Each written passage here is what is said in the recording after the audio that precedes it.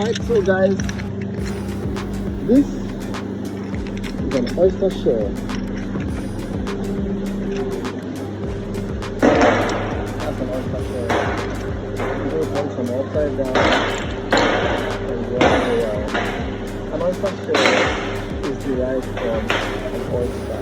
After the oysters are out, it's a fish also.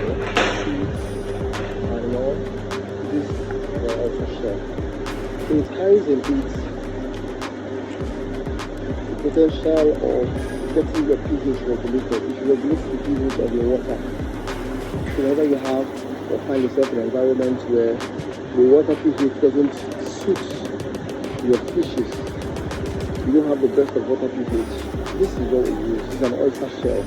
So we use this, we keep a good quantity of this in a basket and we send it into the basket full of oyster shells.